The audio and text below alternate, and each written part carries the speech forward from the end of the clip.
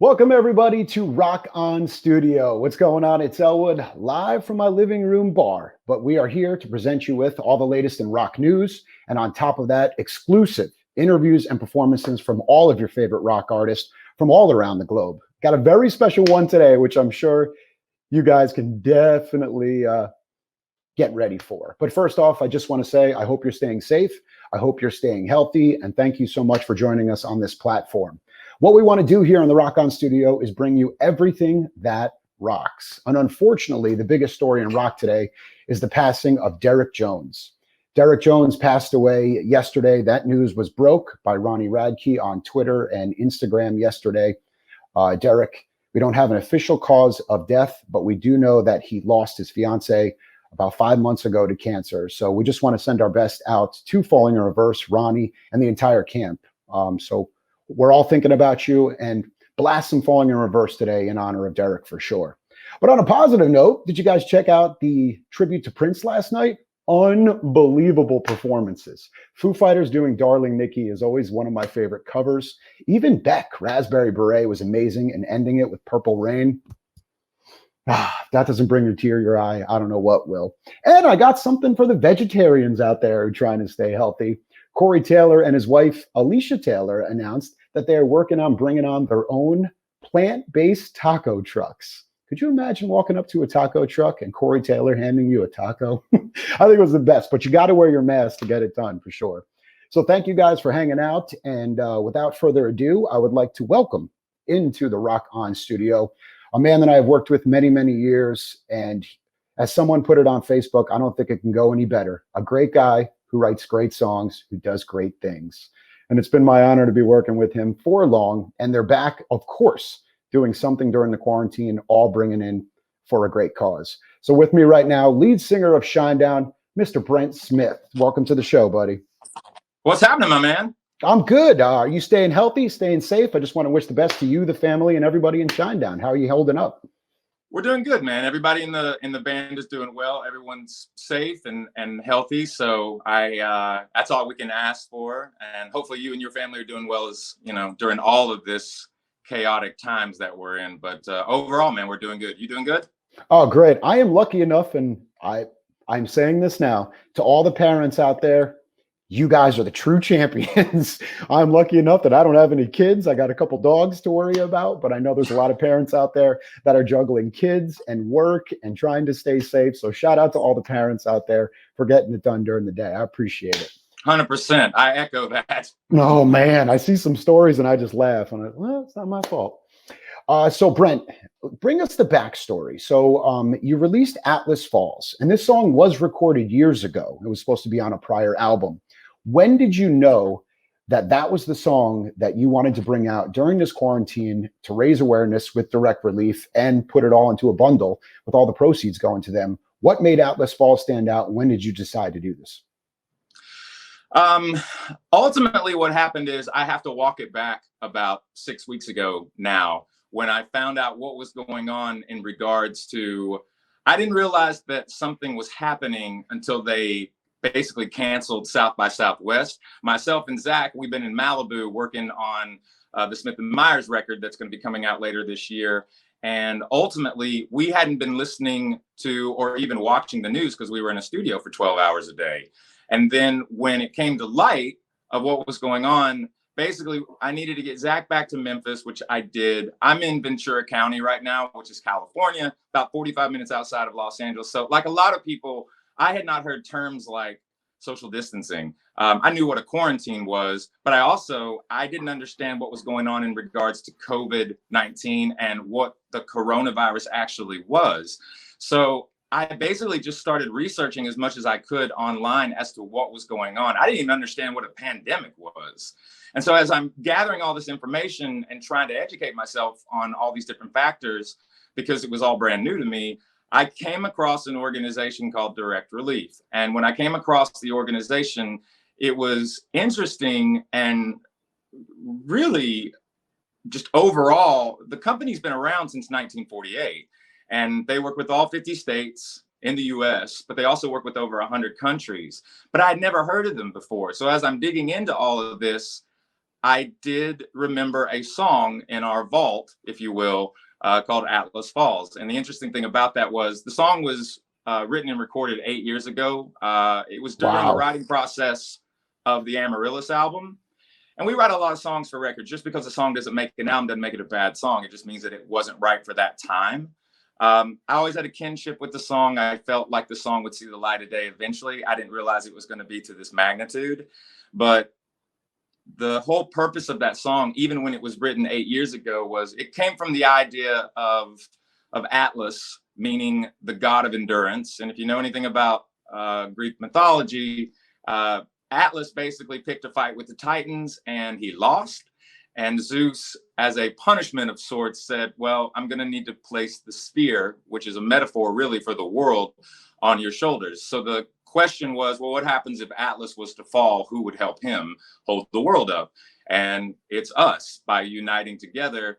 And man, women, children, all of us, if Atlas was to fall, we would have to lift each other up. So getting into why direct relief and why Atlas was brought into this, we contacted, because we wanted to actually talk to people on the ground with direct relief to let them know that we had an idea and we wanted to work with them. The reason why we wanted to work with them is very important. Their sole mission is to make sure that the men and the women in the scientific and the medical community have the resources that they need on the ground during times of crisis. So whether it's poverty, a natural disaster, a pandemic, if you will, their whole outlook is we have to make sure the people that are the professionals in this situation have all the resources they need. So they're responsible right now for being a huge advocate to getting these men and women on the ground the resources they need to save as many lives as possible. So, when you talk about ventilators, scrubs,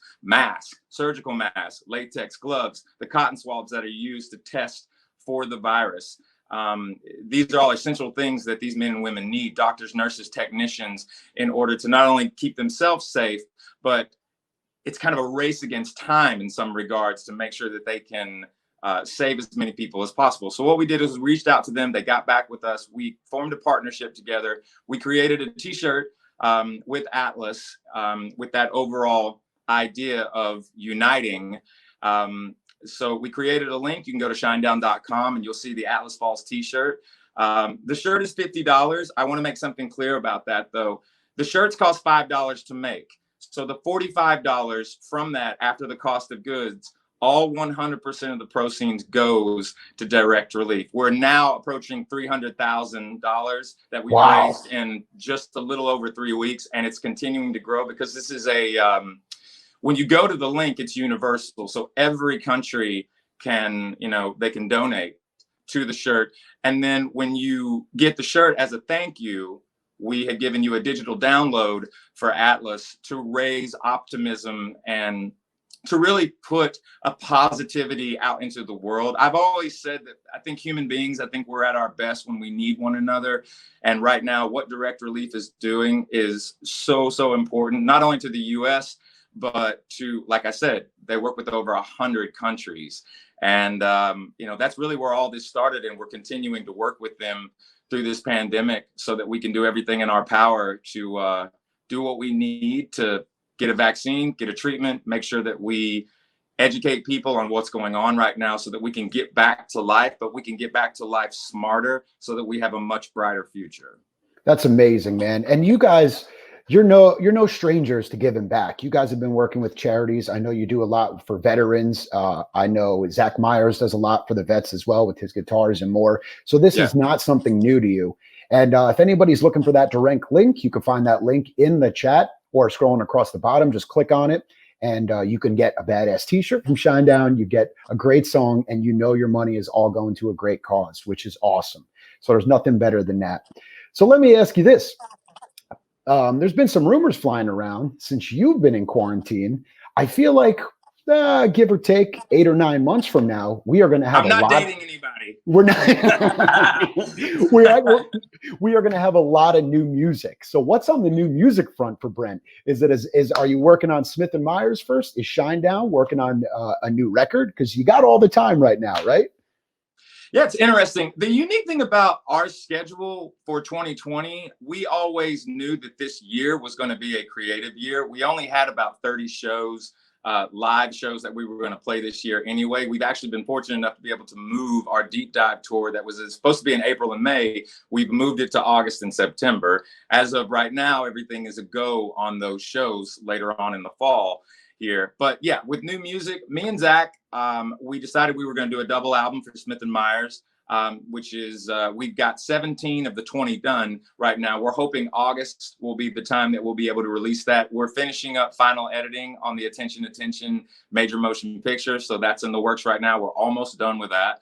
And then Shinedown 7, we're beginning the writing phase in June of this year. So yeah, there's a lot of things going on right now, but we're just kind of with everything that's going on, it is a time to be very creative, because I think a lot of people are in a situation where we're over a month now in the US with this quarantine. We're starting to see certain states beginning to lift that, but we have to be very, very careful in regards to that. I can't stress that enough. I know people are kind of going a little loony, if you will, kind of being cooped up, cabin fever. I get that.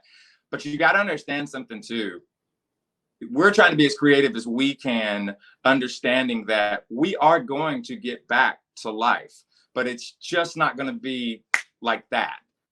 It's going to take some steps. And you have to also look at it from the dynamic of, it's been, at least from my record of when I started to quarantine, I'm at day like 36, 37. Yep. One thing I'm doing is I'm just allowing myself to understand that it's been 36 days. It's not been 36 months. You know what I mean? And you have to hold on to hope, but we're resilient as a species. We are going to get to the other side of that. That's actually already starting to occur, but we have to learn from this.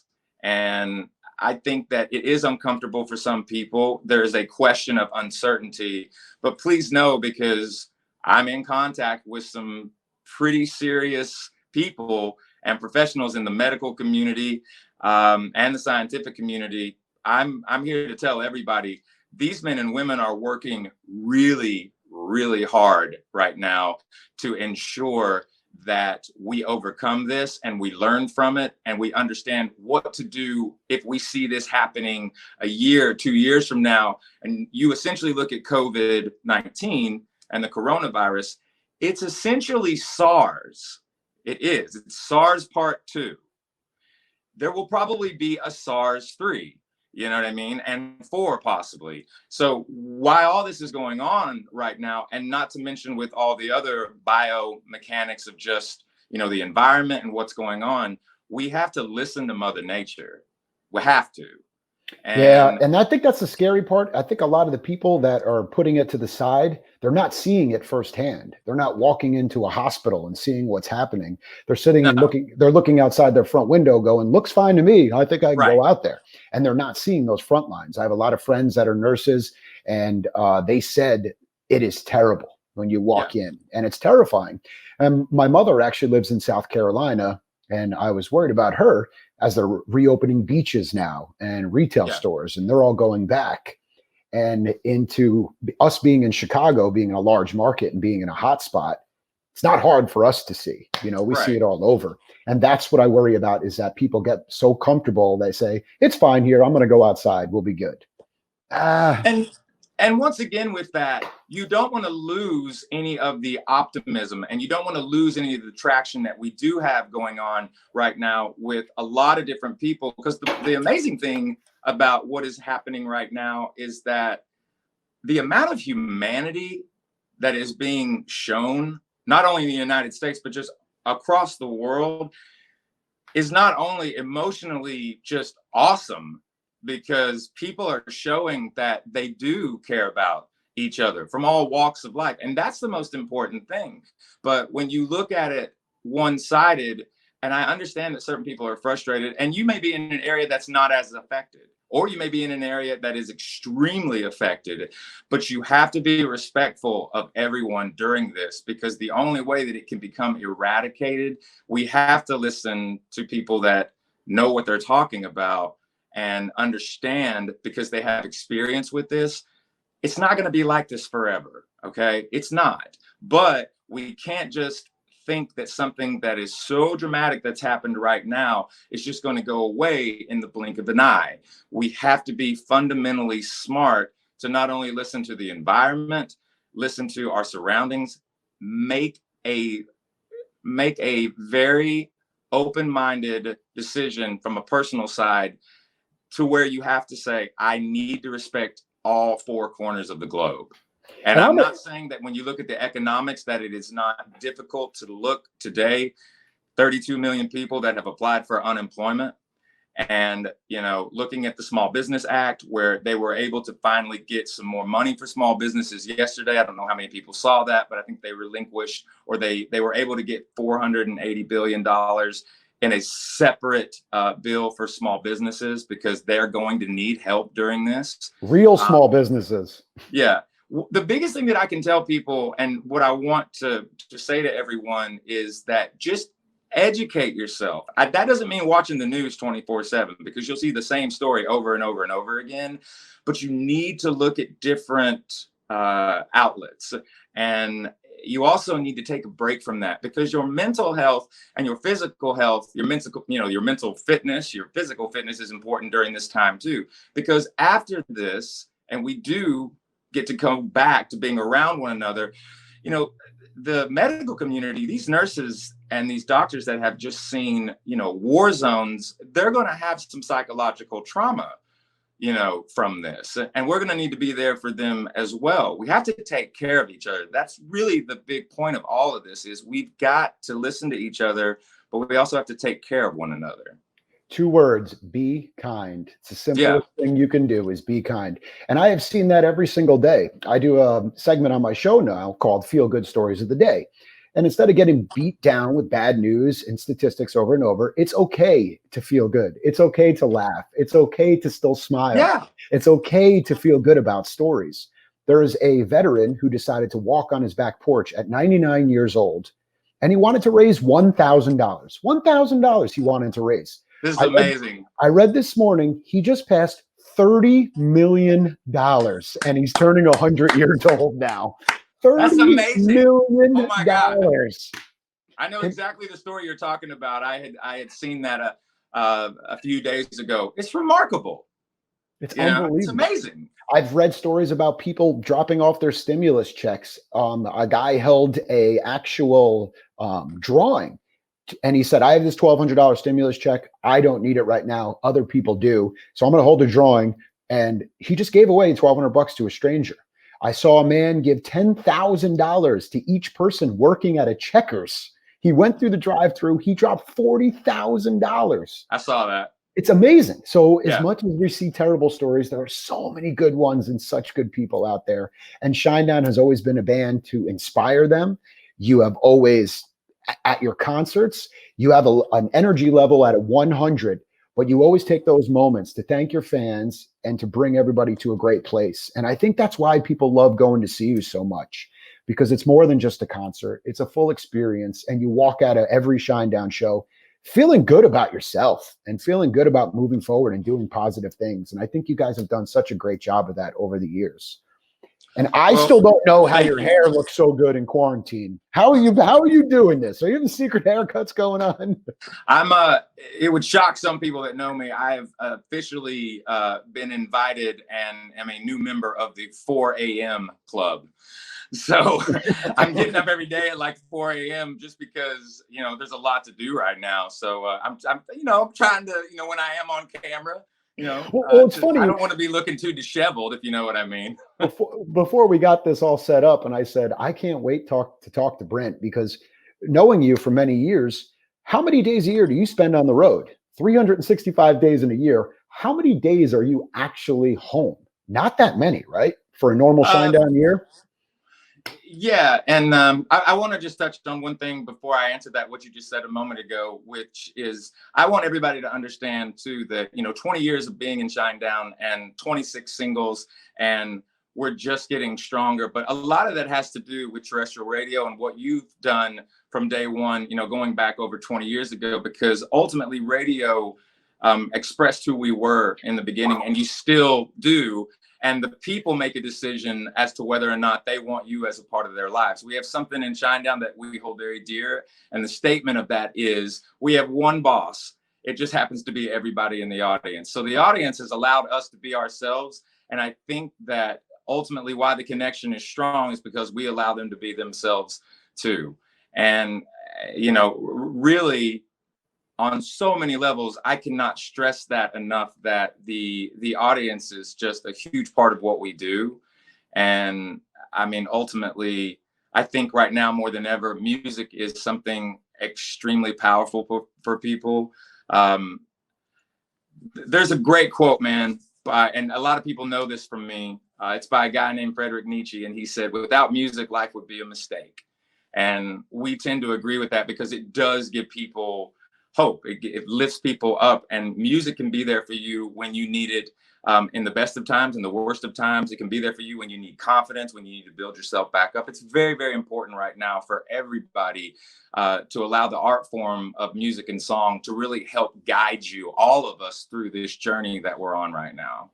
Music is the only universal language. And I tell people that from anybody that's watching or hearing this from all over the world, it doesn't matter what language you speak, songs speak to all. And you have done a very good job at that over the years. Do you still hold down? Do you have the number one spot for the most number one songs at rock radio? I believe you do. We're actually tied with our really, really good friends, 3 Days Grace. So do you ever go banter back and forth? Like, hey, man, we're about to release a single. I'm about to take that number one spot from you. Man, we've known those guys for so long, and we have such a wonderful relationship with them, and a very, very healthy competition, if you will. It's honestly not about that. It's not about the numbers and what have you. Like, a lot of the element of the rock and roll community is the fact that everybody is welcomed in the rock and roll community. It doesn't matter how old you are, how young you are, whether you're a man, woman, the color of your skin, that's irrelevant, because we're all the same inside. Your religion, that's totally up to you. It's just, rock and roll is for everybody. And I have said this before, it's a way of life for people. Rock and roll is not just a genre of music. It's a spirit. And, when I think about all our friends in that community, and we listen to a lot of music. We're inspired by a lot of different variations of music all over the world. But in the rock and roll community, I would want people to truly know that most of us, if not all of us, men and women, there is a huge amount of camaraderie with everybody. And the only thing we're trying to do, especially like when we're on festivals and stuff like that, it's a healthy competition because we want to keep each other accountable to always be giving the audience the A game. You know what I mean? You always want to give them 100%, man. This last tour was phenomenal. The pyro, the stage changes where you would just pop up in the middle of an amphitheater, and then you had the arena tour. I mean, you got to have fun after all these years being like, okay, now we can do whatever we want. I want this blowing up. I want to be up there. I want a piano. Who's behind the scenes? Is the band choosing the production? Have you gotten more hands-on when it comes to that? Probably the two. I mean, all four of us have a part of that. We have kind of two machines. We have the live aspect of what we do in the performance, and then we have the studio aspect and the writing process. But all four of us, myself and Eric and Zach and Barry, we're all very much into the production and how we build out the tours and how we build out the shows. We don't want to do the same thing over and over again, but probably myself and Zach are the most hands-on when it comes to the actual production. I've got to give a lot of credit to Zach. He puts a lot of ideas out there, which in turn, we're a good partnership because he'll have a lot of the ideas. And then I'm kind of the one. Zach always says about me, like when we're doing interviews, he'll point to me and he'll say, this man is the king of just saying stuff.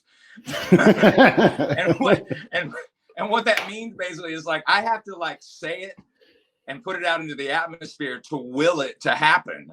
You know what I mean? So sometimes I'll say things and he'll look at me because I've not mentioned it, or, yeah, we're going to do this, this, and this. We're going to have this, this. And he's like, when did you decide? When were you going to tell me? So we're a good duo when it comes to that. But yeah, the band is always at the forefront of the production, and we work with amazing people. Like our crew some of the people in our crew have been with us for over a decade.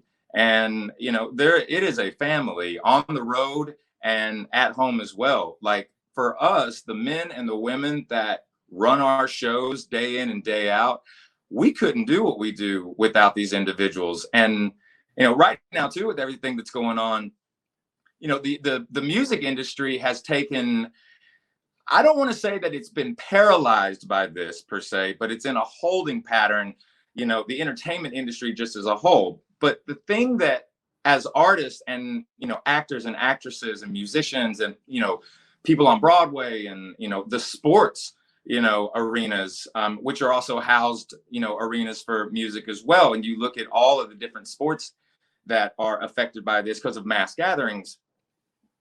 We really want people to understand too, we're also trying to make sure that our people behind the scenes are taken care of right now so that eventually they will be able to get back to doing what we need them to be able to do to put these things on. So if you think about an arena, you think about the person that's parking your car, you think about the concessions, you think about the ushers, you think about all the people backstage taking care of, who's in that city that day, moving back and forth and touring. There's a huge, huge community of people right now that, their income just froze. Yep. And we need to be working on helping them get back to what they do as well. But once again, we're all in this together. But I have to be very vocal about that. Our crew is a huge part of what we do, and we're just trying to make sure that we're able to take care of them, working with different promoters right now and people that are in live entertainment. Goes all the way down to the gaffer and the key grip on a film set, all these different people behind the scenes, so we're all in this together, but really trying to focus now too on ensuring that the live industry from the crew standpoint, that we take care of these men and women too. Yeah, Live Nation has stepped up. They have a brand new charity called Crew Nation. If anybody wants to learn more about that, that is solely for anybody that works in the concert industry, from production all the way up. And also Music Cares, I believe, is putting together one as well, because that's not something a lot of people think about, or stagehands and everyone that puts on those shows that is not working right now. And I know their biggest question on everybody's mind is, when am I going to be able to go to a concert again?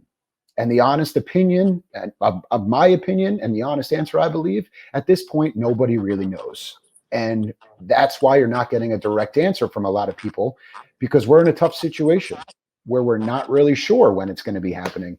But we know when it does, pedal to the metal, those concerts are going to be out of control. And Shinedown's going to be back out on tour 365 days a year. And Brent will be like, okay, now I need a little bit of a break after all that.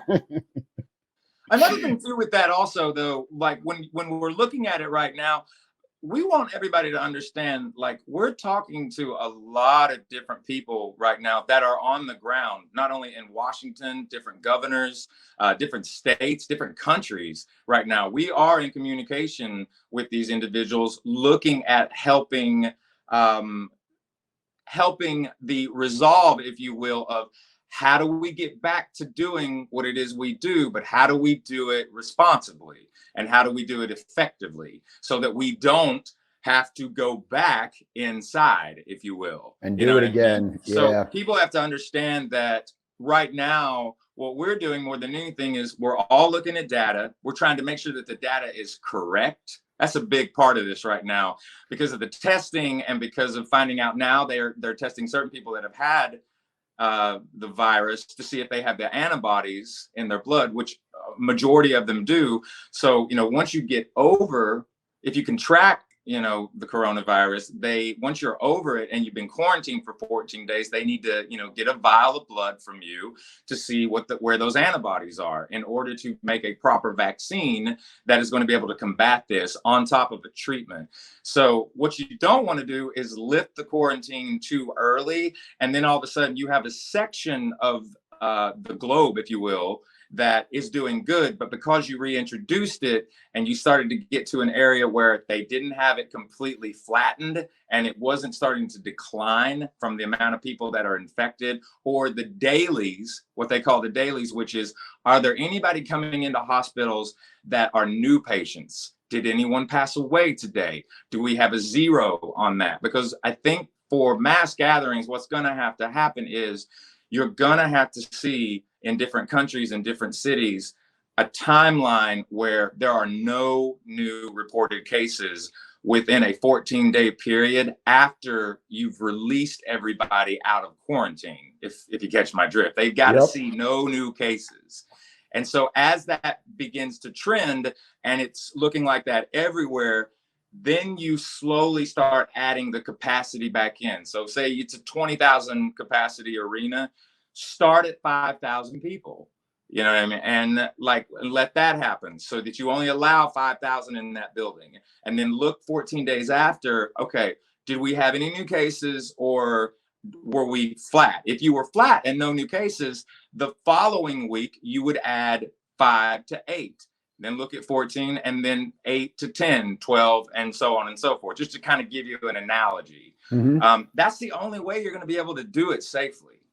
I know that's what I'm also scared about at the same time is obviously we have smaller clubs not that are literally dying right now, not having any shows, because we know you've started in small clubs, you've had your local clubs that you've always played in. And that's one thing I worry about is the smaller clubs being able to survive this, and those baby bands, as we like to call them in the industry, still have opportunities to get in front of a lot of their fans. And the smaller shows, I'm hoping, will be ones that start to come back first. But social distancing still is going to be weird.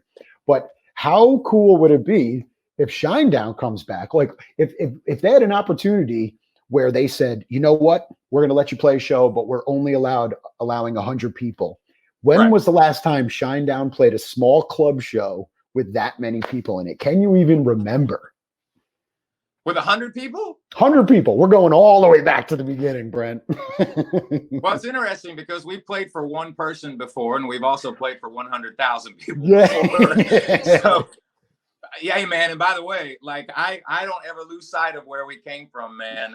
I'm always trying to, our hustle is very, very real, man. I'm always trying to be. We are, as a band and as an organization, we're always trying to be the hardest workers in the room. But 100 people, it would have probably had to have been like at a, if we were at a radio station, or maybe we were doing like a lounge at a station or something like that. It was probably the last time that there was like 50 to 100 people. I was going to bring a picture and I didn't have it, but I have a picture of us. I mean, long hair. You guys are so young, and it was. I was going to bring that up. I was going to embarrass you, but you made it past that one for today. Well, I would love to be embarrassed by you in the future, so bring it on. We got it.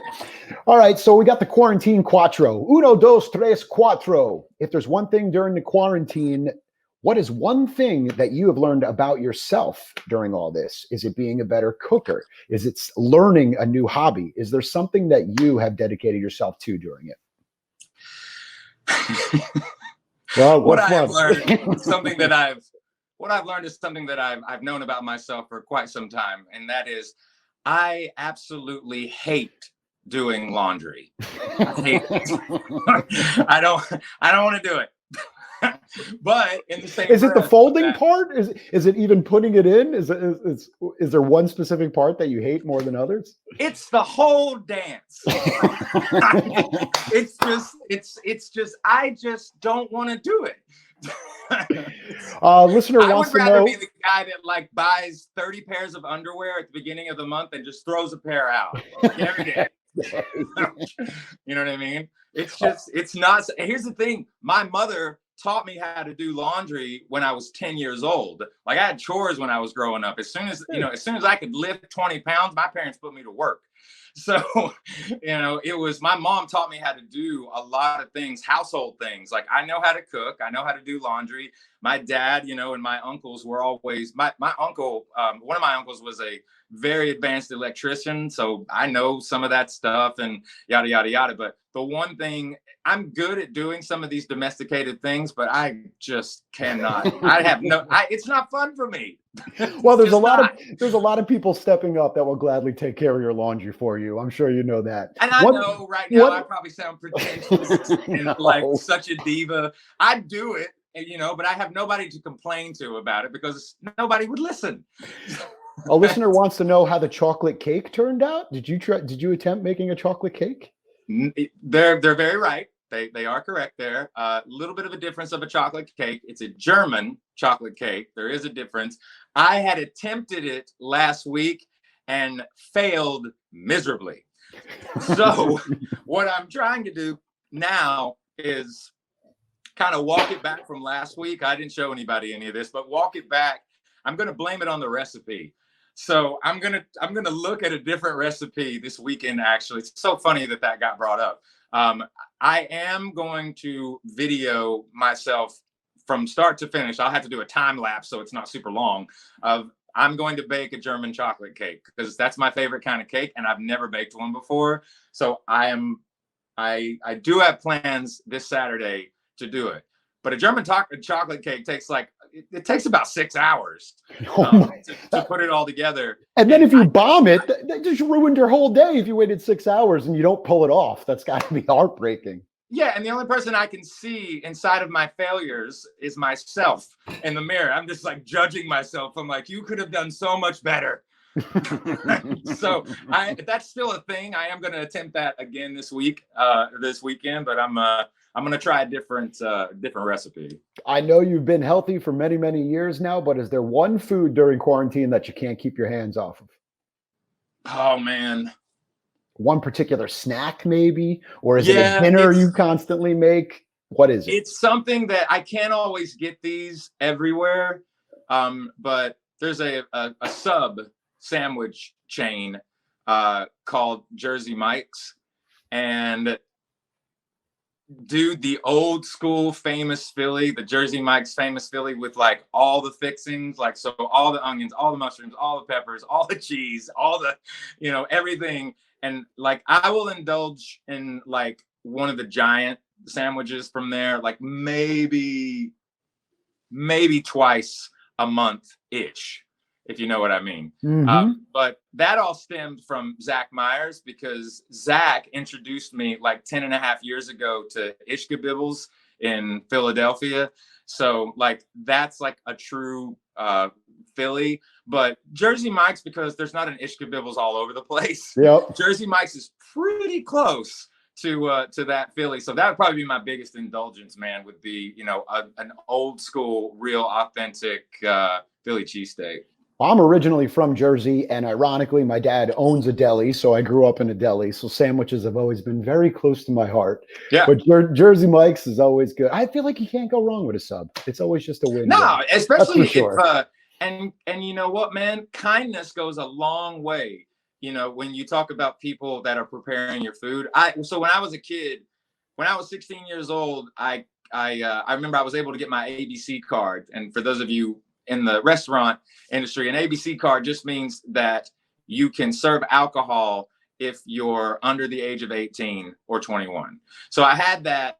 And, when I was a kid, the reason I was a server was because I was trying to make as much money as I could by my own hustle. That's one thing about being a server, like how nice you are to people and, how good you take care of them. Your tip is probably going to reflect that, at least you hope. But man, I worked in the back of the house too.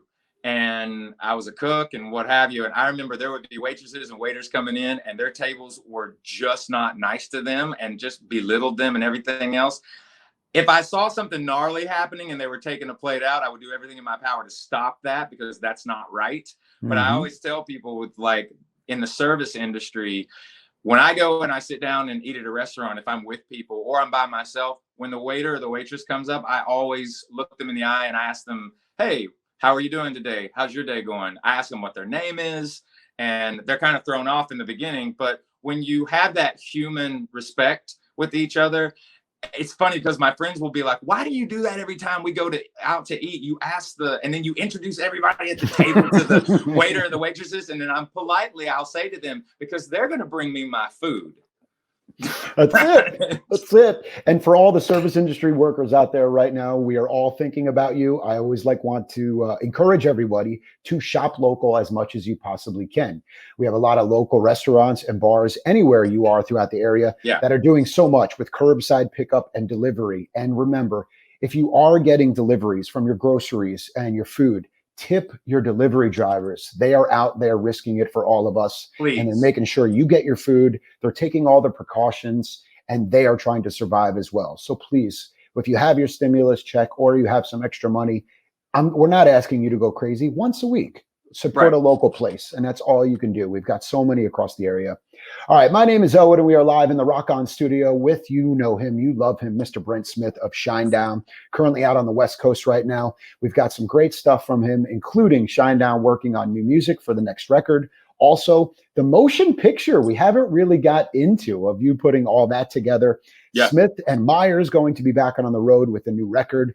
And correct me if I'm wrong, 10 cover songs, 10 original songs. Is that what you're shooting for Smith and Myers? Yeah, 10 covers and 10 originals. And as of right now, just to give you an update on it, because it's a little bit in a holding pattern, just because we haven't finished the other 3 originals. We've got them written out and we know what they are, but we have completed 17 of the 20.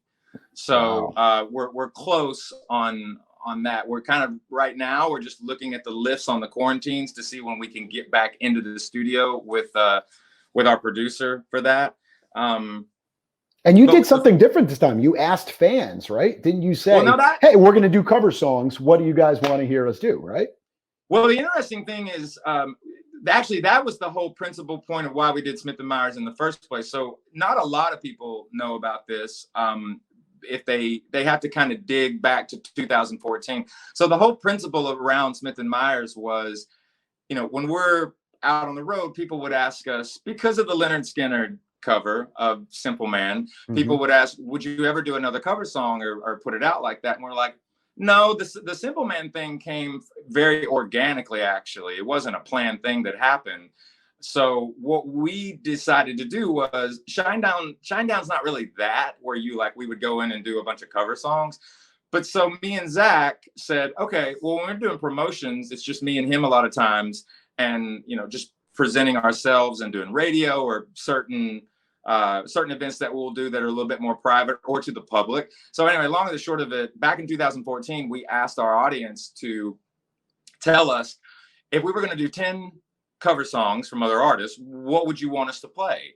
So the level of engagement of that was so intense that we decided to do two EPs, 5 and 5, but the original digital release of the first Smith and Myers, because it was released digitally with 2 EPs, those songs were picked by the audience. So this time we opened the floor up to them again, and we just got a resurgency of a lot of the songs that we, when they were sending it in to us, we were looking at which songs had the highest engagement or the most people wanted to hear of those songs. So long and the short of it, we put those together. But the other idea was to do a double album and say, well, we did the covers last time with the audience's suggestions. Why don't we still do that? But why don't we do 10 original Smith and Myers songs? So that's what we decided to do. And yeah, it's almost done. So hopefully it's going to be out in August.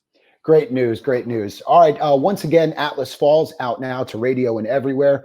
If you don't have the direct link, you could check it out in the comments. Once again, not only you get an awesome bundle for the Atlas Falls, you get a t-shirt, you get the direct download, and you know that all the proceeds are going to benefit Direct Relief, which is 100% helping people on the ground that need our help. And we're all in this together. And 2 words, be kind. Brent, if you could leave everybody with one more piece of advice through all the quarantine for mental health, what would you say?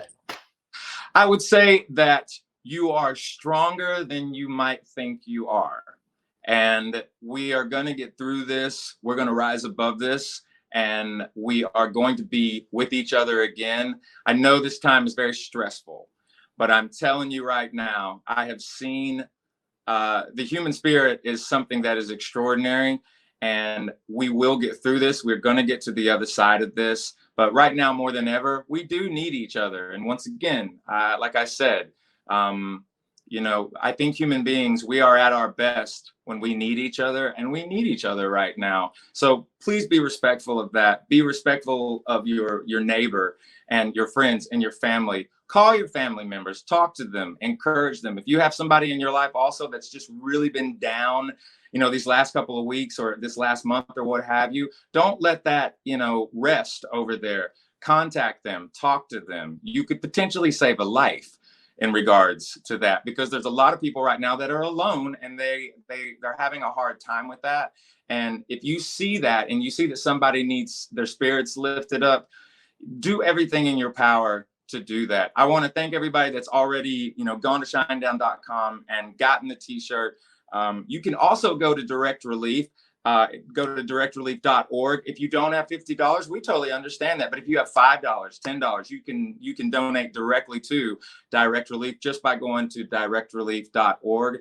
And once again, too, all of the people behind the scenes, the doctors, the nurses, the technicians, we say thank you. But also the restaurateurs, the people that are doing curbside, the grocery store workers, these kids that are in there, tell them thank you when you're going to the grocery store, to kind of stock up for your week or what have you. See a kid, stocking a shelf or what have you, just say thanks, man. We really appreciate you working today. And don't forget about the police, the military, the ambulance technicians, and the EMT staff, the police. There's a lot of people right now working very, very hard to get people back to living life. But we need to learn from this also. But the last thing I would just say is thank you to you, sir, and everybody at Terrestrial Radio for supporting the band, for supporting our communities and allowing us to be ourselves. We love you very, very much. And just thank you to everybody. And just remember, we're going to get through this. Just stay strong, hold on, and we're going to get back to life. Well, thank you so much, man. And thank you for the music for all the years. We've talked many, many times over the years, and it's said both of our careers have grown together. So it's really cool to do it with a band like you. All right. Remember, guys, Atlas Falls, definitely click on the link. Go to shinedownofficial.com. You can check it all out. And stay tuned. Rock On Studio Live. Tomorrow we'll have a special guest. Scott Stapp will be joining me. We also have Dustin from Starset lined up. I have Sean from the new Gray Days. I also have Spencer from Ice 9 Kills. So we're going to keep you guys up to date with all the information and everything that rocks and give you exclusive interviews and performances you're not going to get anywhere else. As I like to call it, the Couch Tour of 2020. You can see any band you want and you could do it right from your couch. So you could still bring music in. Brent, we can't wait to hear the new music. We're looking forward to the motion picture with Attention, plus getting Zach Myers and more back on the road. I give you happy hour, happy times. Cheers from the Rock On Studio. Cheers. And will somebody tell the dude from Trap to stop already? We don't need any more of that. We don't need somebody to Ice-T. Dude, you got to calm down. All right. Do it for all of us in radio and for rock radio. Sorry, Brent. I didn't mean to put you out. But thank you guys for subscribing and listening. Brent, you're the man. Shinedown, we love you. And we can't wait to talk to you again. Have a great day. Stay healthy. Stay safe. Stay sane. And if you are feeling down, there's plenty of organizations to help lift you back up. And whenever you need us, we're always there. And let the music do the talking. We love you guys. Have a great day. Much respect.